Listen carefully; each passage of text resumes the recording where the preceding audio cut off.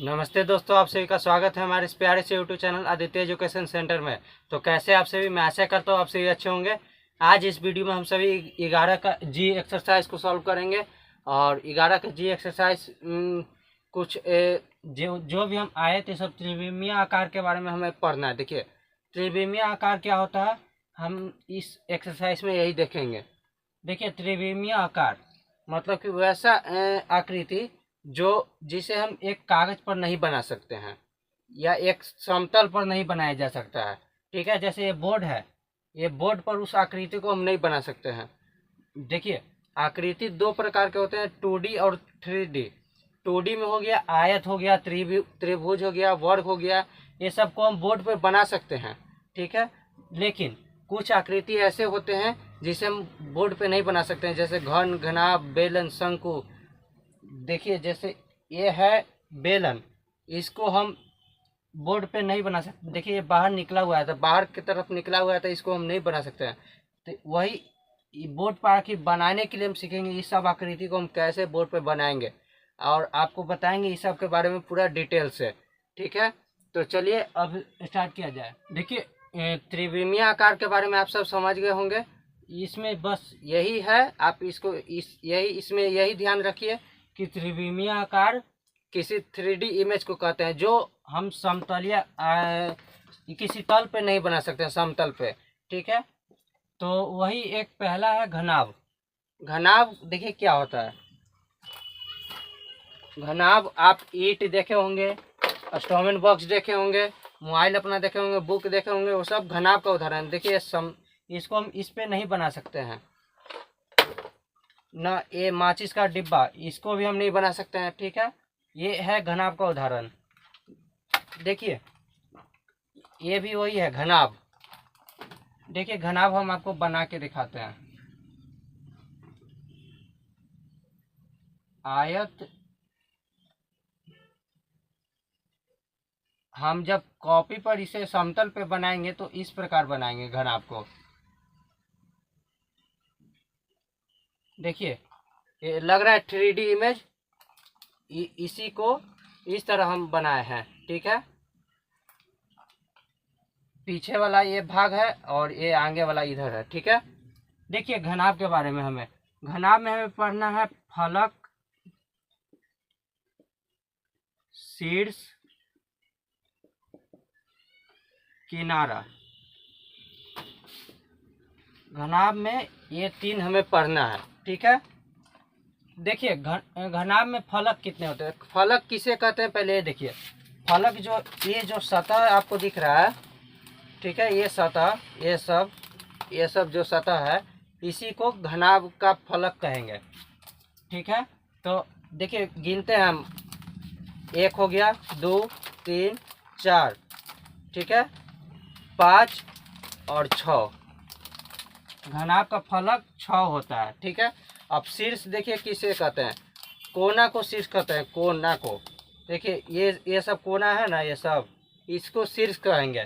तो गिनते हैं, देखिए 1, 2, 3, 4 और फिर इधर 5, 6, 7, 8, यानी कि शीर्ष 8 होते हैं। ठीक है, इसमें यहाँ है, यहाँ है, यहाँ है और यहाँ है, यहाँ है, यहाँ है, यहाँ और यहाँ। देखिए इसमें भी 8, इसमें भी फलक वही है, घनाभ का आकृति है। ठीक है, घनाभ फलक हो गया 6, शीर्ष हो गया 8। ठीक है, अब देखिए किनारा किसे कहेंगे। किनारा मतलब कि ये सब को किनारा कहेंगे। देखिए इसमें ये किनारा 2, 3, 4, 5, 6, 7, 8, 9, 10, 11 और ये 12 किनारा हो गया। देखिए इसमें भी आपको गिना देते, 1, 2, 3, 4, 5, 6, 7, 8, 9, 10, 11 और 12। ये हो गया 12 किनारा। देखिए घनाभ यही होता है, इसमें हमें यही इतना याद रखना है। अब आते हैं इसके आगे घन पर। अब देखिए घन में भी सब सेम ही रहेगा। देखिए घन कैसा होता है, पहले घन का जो सभी लंबाई होता है वो सब बराबर होता है, यानी कि इसमें लंबाई, चौड़ाई और ऊंचाई सब बराबर होता है। घन का प्रत्येक फलक एक वर्ग होता है। देखिए घन कुछ इस प्रकार का होता है। लीडो छक्का का डाइस देखे हुए हैं ना आप सब, वही होता है घन का एक उदाहरण। देखिए ये भी एक घन ही है जिसमें सब लंबाई जो है बराबर है, इधर वाला भी हर लंबाई बराबर है, कहीं से भी आप देखिए सब बराबर है। ये अगर 4 होगा तो ये भी 4, ये भी 4, ये भी 4, ठीक है। घन में भी फलक 6 ही होंगे। देखिए एक इधर, 2, 3, 4, 5, 6 गिन लीजिएगा। लीडो छक्का में 6 ही होता है फलक किनारा। अब किनारा देखिए, किनारा इसमें भी 12 होंगे, शीर्ष इसमें भी 8 ही होंगे, ठीक है। सब सेम रहेगा, बस चित्र में अंतर है। ये इसका लंबाई जो है सब बराबर होगा, यानी कि भुजा की जो लंबाई होता है सब बराबर होगा, क्योंकि इसका जो फलक है सब वर्ग होता है। इसका प्रत्येक फलक वर्ग कहलाता है, ठीक है। देखिए ये हो गया घन। अब आते हैं इसके बाद, अब देखिए प्रिज्म। प्रिज्म क्या होता है? प्रिज्म देखिए, प्रिज्म कुछ इस प्रकार का होता है। इसका चित्र पहले देखिए। अगर इसे 2D में बनाए तो कुछ इस प्रकार बनेगा, अगर यही इसे 3D में बनाए तो इसे हम इस तरह बनाएंगे।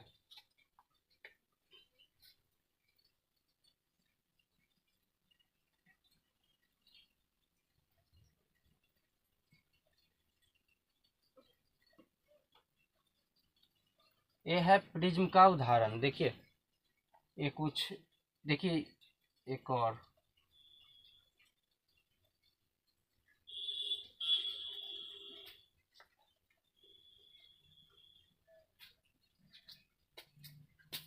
इस प्रकार होता है। देखिए इसको हम रियल में दिखाते हैं आपको।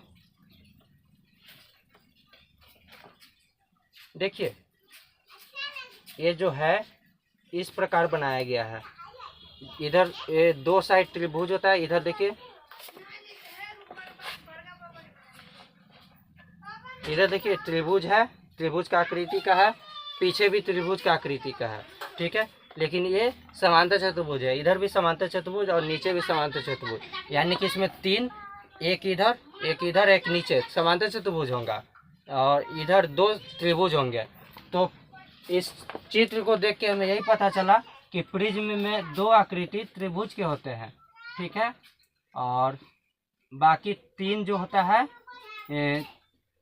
3 जो बाकी फलक होता है वो समांतर चतुर्भुज, ठीक है। तो प्रिज्म में टोटल 5 फलक होता है। 5 फलक होता है प्रिज्म में, जिसमें 2 त्रिभुज का आकृति का होता है और बाकी 3 समांतर चतुर्भुज। अगर जो बाकी 3 समांतर चतुर्भुज है ना, वो अगर आयत की आकृति का होगा तो उसे आयताकार प्रिज्म कहेंगे, आयताकार प्रिज्म, ठीक है। प्रिज्म में बस इतना ही था इस एक्सरसाइज के लिए। अब आते हैं इसके आगे, एक और है चतुष्फलक। देखिए चतुष्फलक, चतुष्फलक का आकृति देखिए कुछ इस प्रकार के होते हैं चतुष्फलक। इसमें देखिए टोटल 4 फलक होते हैं, फलकों की संख्या इसमें 4 होती है, ठीक है। और चारों फलक जो होता है त्रिभुज की आकृति का होता है, तो इसी कारण इसे त्रिभुजाकार पिरामिड भी कहा जाता है, ठीक है। और भी कुछ आकृतियां हैं, उन सभी को अब देखते हैं। अब देखिए है, एक है पिरामिड। पिरामिड किसे कहते हैं? देखिए पिरामिड आप देखे होंगे, गीजा का गीजा का पिरामिड है, वो सब वही आकृति के बारे में हमें जानना है। देखिए पिरामिड की आकृति कुछ इस प्रकार की होती है।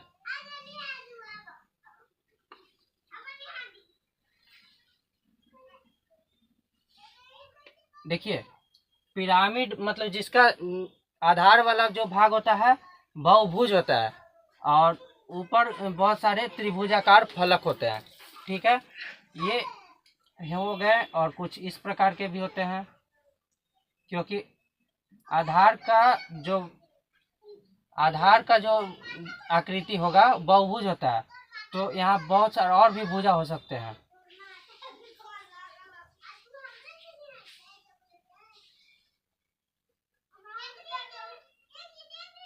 देखिए ये आधार का जो है बहुभुज है, पंचभुज है, इसमें चार भुज चतुर्भुज है।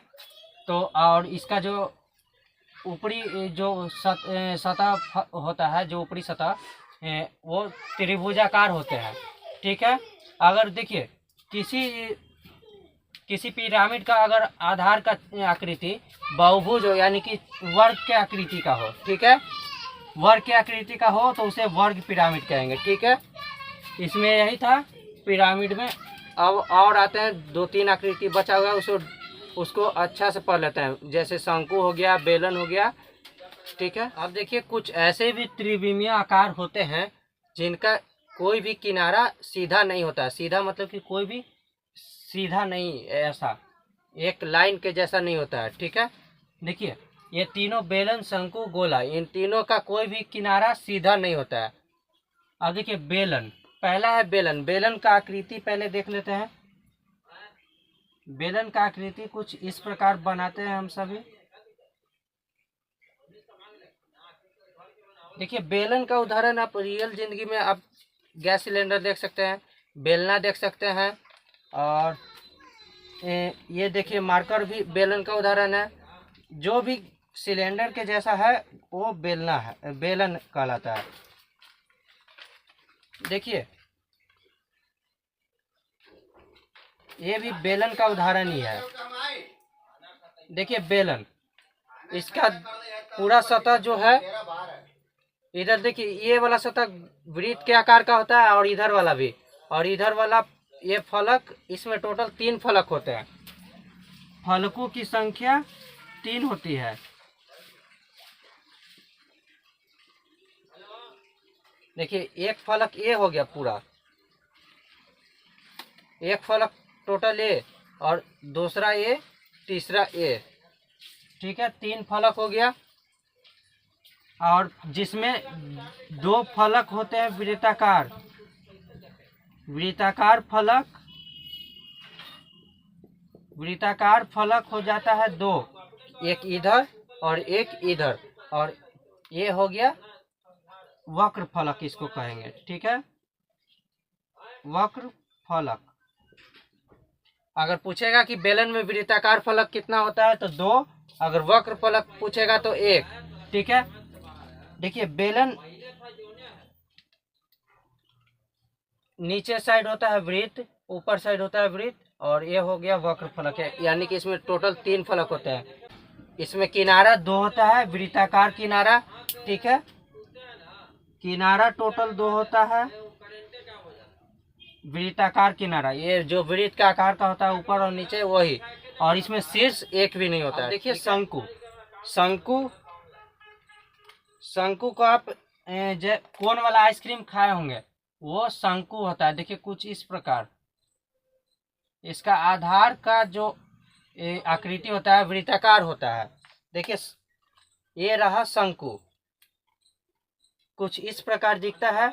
इस तरह का आप आइसक्रीम खाए होंगे कोन वाला, वो शंकु का ही आकृति होता है। देखिए इसका आधार का जो होता है एरिया, वो होता है वृत्ताकार, मतलब कि एक फलक हो गया वृत्ताकार और एक वक्र फलक है। ठीक है, यानी कि शंकु में टोटल फलकों की संख्या 2 है, जिसमें एक हो गया वृत्ताकार हो गया एक, और एक वक्र फलक। देखिए फलक की संख्या 2 है, जिसमें एक हो गया वृत्ताकार फलक, एक हो गया वक्र फलक। ठीक है, इसमें टोटल एक किनारा है, शीर्ष है, शीर्ष की संख्या इसमें 1 होता है, और किनारा की संख्या देखिए यही एक किनारा है शंकु में, और कहीं आपको किनारा नहीं ना दिख रहा है, यही एक किनारा देखिए एक है वृत्ताकार किनारा, एक किनारा इसमें है भी, तो वृत्ताकार किनारा एक वृत्ताकार होता है। ठीक है, अब देखिए गोला मतलब कि कुछ भी गोल चीज, इस वृत्त के आकार क्या होना चाहिए। देखिए ये वृत्त, ये देखिए 3D इमेज है, लेकिन अगर वृत्त हम बनाते हैं 2D इस प्रकार बनाता है, तब ये वृत्त अलग हो गया, गोला अलग होता है। गोला मतलब एक गेंद, पृथ्वी, कुछ भी गोल चीज, फुटबॉल, ये सब हो गया। तो इसको ऐसे ही आकृति बनाएंगे।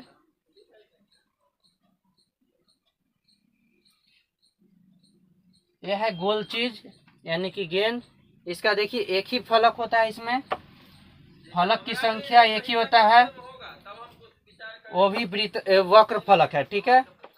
और इसमें किनारा जो है, इसमें किनारा की संख्या एक भी नहीं होता है, और ना ही शीर्ष भी एक भी नहीं होता है। तो बस इस एक्सरसाइज के लिए इतना ही था। आप इन सभी को पहले नोट कर लीजिएगा और याद कर लीजिएगा, जो भी हम बताए हैं शुरू से इस वीडियो में अभी तक, गोला तक, ठीक है। इतना आपको पहले अच्छे से पढ़ लेना, तब आपको एक्सरसाइज आगे कंटिन्यू करना। अब चलिए, इतना पढ़ने के बाद अब आप एक्सरसाइज कंटिन्यू कीजिए। अब एक्सरसाइज स्टार्ट किए। अब देखिए 11 का जी एक्सरसाइज स्टार्ट करते हैं। देखिए पहला हमें है निम्नलिखित रिक्त स्थानों को भरना है। जितना भी खाली जगह है वो सबको भरना है। देखिए पहला का पहला, एक बेलन के आधार वाला फलक और ऊपरी फलक डैश होते हैं। मतलब क्या होता है, देखिए बेलन का आधार वाला फलक मतलब नीचे वाला, और ऊपरी फलक क्या होता है, देखिए सब वृत्ताकार है तो वृत्ताकार लिख देंगे। वृत्त के आकार का है इसलिए वृत्ताकार होते हैं। अब 2 नंबर देखिए, एक चतुष्फलक यानी कि त्रिभुजाकार पिरामिड वाला जो है, उसका कितना शीर्ष होता है, कितना फलक होता है, और प्रत्येक फलक कैगो होता है। देखिए चतुष्फलक ये इस तरह का, पहले चतुष्फलक कुछ इस प्रकार का है, होता है। एक इधर फलक, एक 2, एक 3, एक नीचे, 4 फलक इसमें होते हैं सभी। देखिए पहला क्वेश्चन क्या है, फिर से पढ़ते हैं। एक चतुष्फलक के 4 शीर्ष होते हैं। देखिए एक यहाँ शीर्ष, 2, 3, 4, तो 4 शीर्ष होते हैं, 4 शीर्ष लिख दिए। और भरना है उसके बाद फलक कितना होता है, तो फलक इसमें तो 4 है, 1, 2, एक नीचे वाला 3, एक 4, ठीक है। और प्रत्येक फलक त्रिभुजाकार होते हैं, त्रिभुज के आकार का होता है सब फलक। अब देखिए 3 नंबर, एक वर्ग पिरामिड मतलब कि जो आधार का आकृति होगा वर्ग के आकार का होगा। वर्ग पिरामिड के शीर्ष, वर्ग का तो शीर्ष कितना होगा ये पूछ रहा है। वर्ग का तो हो गया 4, और एक ऊपर वाला में हो गया 5, यानी कि इसका 5 शीर्ष होगा, और फलक 5 ही होगा, क्योंकि एक नीचे वाला वर्ग हो गया, और ऊपर जो त्रिभुजाकार कुछ आकृति बनेगा वो हो जाएगा। देखिए 1, 2, 3, एक पीछे वाला 4, एक नीचे वाला 5, इसमें 5 5 हो जाएगा। 4 नंबर देखिए, एक बेलन के कितना, यहाँ पूछ रहा है एक बेलन के किनारे होते हैं डैश डैश, यानी कि कितना किनारा होता है। देखिए बेलन के 2 गो किनारा होता है, वृत्ताकार होता है। यहाँ 2 भरना था, यही भरागा। एक बेलन के 2 वृत्ताकार किनारे होते हैं। उसके बाद है इसमें कोई शीर्ष नहीं होता है, ठीक है। बेलन में कोई भी शीर्ष नहीं होता, मतलब कि कोना कहीं से निकला हुआ। अब देखिए 5 नंबर, एक शंकु का 2 किनारा होता है, 2 किनारा होता है। देखिए एक शंकु का, देखिए आकृति इसका,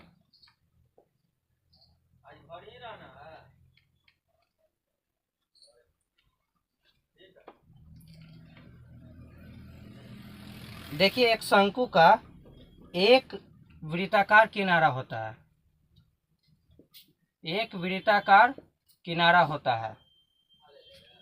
और उसके बाद है इसमें फलक 2 होता है, फलकों की संख्या 2 होता है, एक वृत्ताकार फलक और एक वक्र फलक, ठीक है। और 6 नंबर देखिए, एक घनाभ में टोटल शीर्ष की संख्या घनाभ में देखिए टोटल सीट्स की संख्या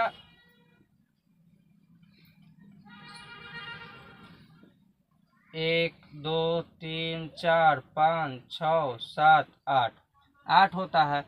और भी है, एक घनाभ में टोटल सीट्स की 6 नंबर है।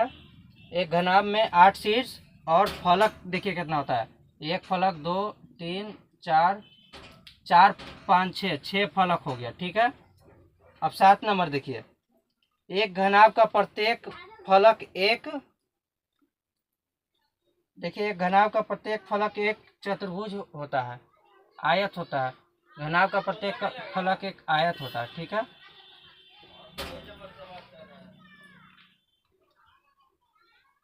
अब देखिए 8 नंबर, एक घन का प्रत्येक फलक एक वर्ग होता है। ठीक है। एक घन के, और 9 नंबर है, एक घन के 12 किनारे होते हैं, 12 किनारे होते हैं। ठीक है। देखिए जो इसका होगा वही इस सब का होगा। 4 4 किनारा मतलब ये 1 2 3 यही सब। अब देखिए 10 नंबर, एक प्रिज्म के, एक प्रिज्म देखिए, प्रिज्म का आकृति कुछ इस प्रकार होता है। प्रिज्म का कितना शीर्ष पूछ रहा है यहाँ, 1 2 3 4 5 6 गो शीर्ष और किनारे का एक होता है। तो किनारे देखिए 1 2 3 4 5 6 7 8 1 9, 9 गो किनारा होता है। ठीक है। एक नंबर हो गया कंप्लीट। अब आते हैं 2 नंबर। अब देखिए 2 नंबर में है निम्नलिखित में से प्रत्येक का सामान्य आकार बताना है। मतलब कि यहाँ 4 क्वेश्चन दिया हुआ है, ये सब किस आकार का होता है। देखिए एक माचिस की डिब्बी किस आकार का होता है, तो ये घनाभ का आकार का होता है, तो ये घनाभ लिख देंगे इसका आंसर। पाउडर का डिब्बा देखिए कुछ इस प्रकार गोल होता है, तो बेलन के आकार का होता है, तो इसका हो जाएगा आंसर बेलन। फुटबॉल गोल होता है, तो गोला।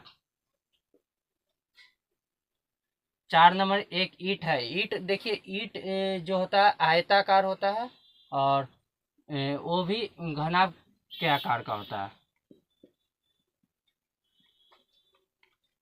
देखिए एक 3 नंबर, अब देखिए एक पिरामिड के आधार के फलक का आकार कैसा होता है। देखिए पिरामिड है, उसके आधार का फलक का आकार कोई चार भुजा वाला भी आकार होता है नीचे, पिरामिड के नीचे सतह वाला आधार का फलक। कभी पंचभुज भी होता है, आपको हम बताए भी थे अब वीडियो का स्टार्टिंग में, तो ये बहुभुज होगा।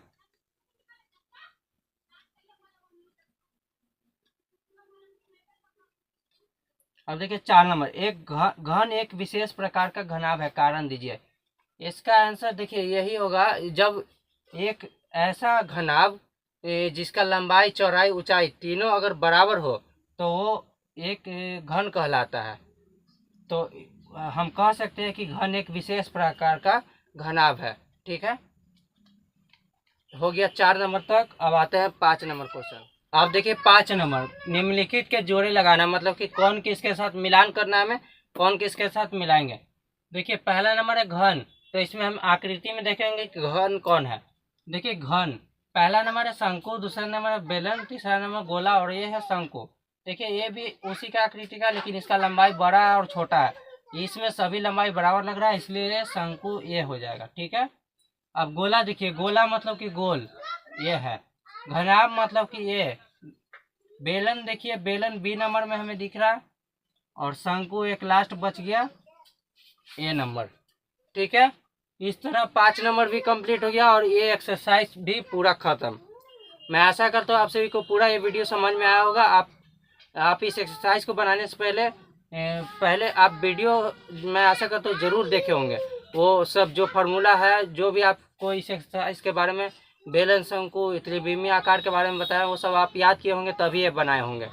क्योंकि देखिए जब तक आप वो याद नहीं करेंगे तब तक ये सब एक्सरसाइज नहीं बनेगा। मान लेते हैं आप अभी बना लिए वीडियो देख के, लेकिन आगे चल के अगर टेस्ट उस्ट होगा या कभी भी, तो आप याद नहीं रहेगा तो कुछ नहीं बना पाइएगा। ठीक है। इसलिए पहले याद कीजिए फिर बनाइए। अब मिलते हैं आप सभी से अगले वीडियो में नया चैप्टर के साथ। ठीक है, आप सभी को टाटा बाय बाय। वीडियो देखने के लिए धन्यवाद।